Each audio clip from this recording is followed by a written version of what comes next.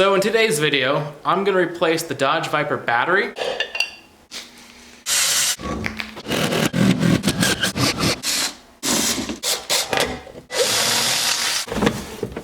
There we go. That battery tray is looking a little ripe.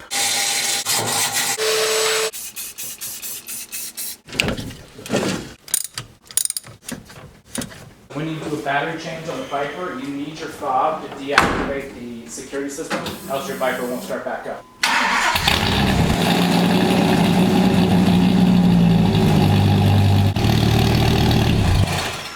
Alright, crisis averted.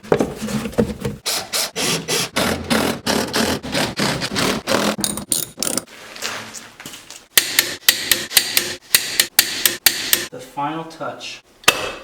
New battery installed, project complete.